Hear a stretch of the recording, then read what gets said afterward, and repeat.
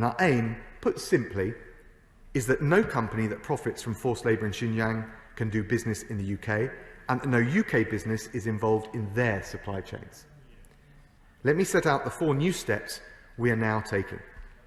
First, today the SCDO and DIT have issued new, robust and detailed guidance to UK businesses on these specific risks faced by companies with links to Xinjiang and underlining the challenges of conducting effective due diligence there.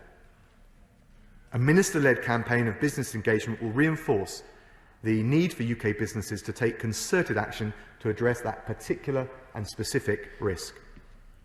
Second, Mr. Speaker, we are strengthening the operation of the Modern Slavery Act.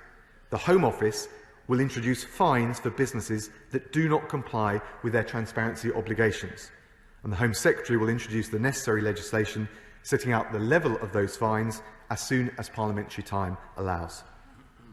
Third, we announced last September that the transparency requirements that apply to UK businesses under the Modern Slavery Act will be extended to the public sector. So the SCDO will now work with the Cabinet Office to provide guidance and support to UK government bodies to exclude suppliers where there is sufficient evidence of human rights violations in any of their supply chains.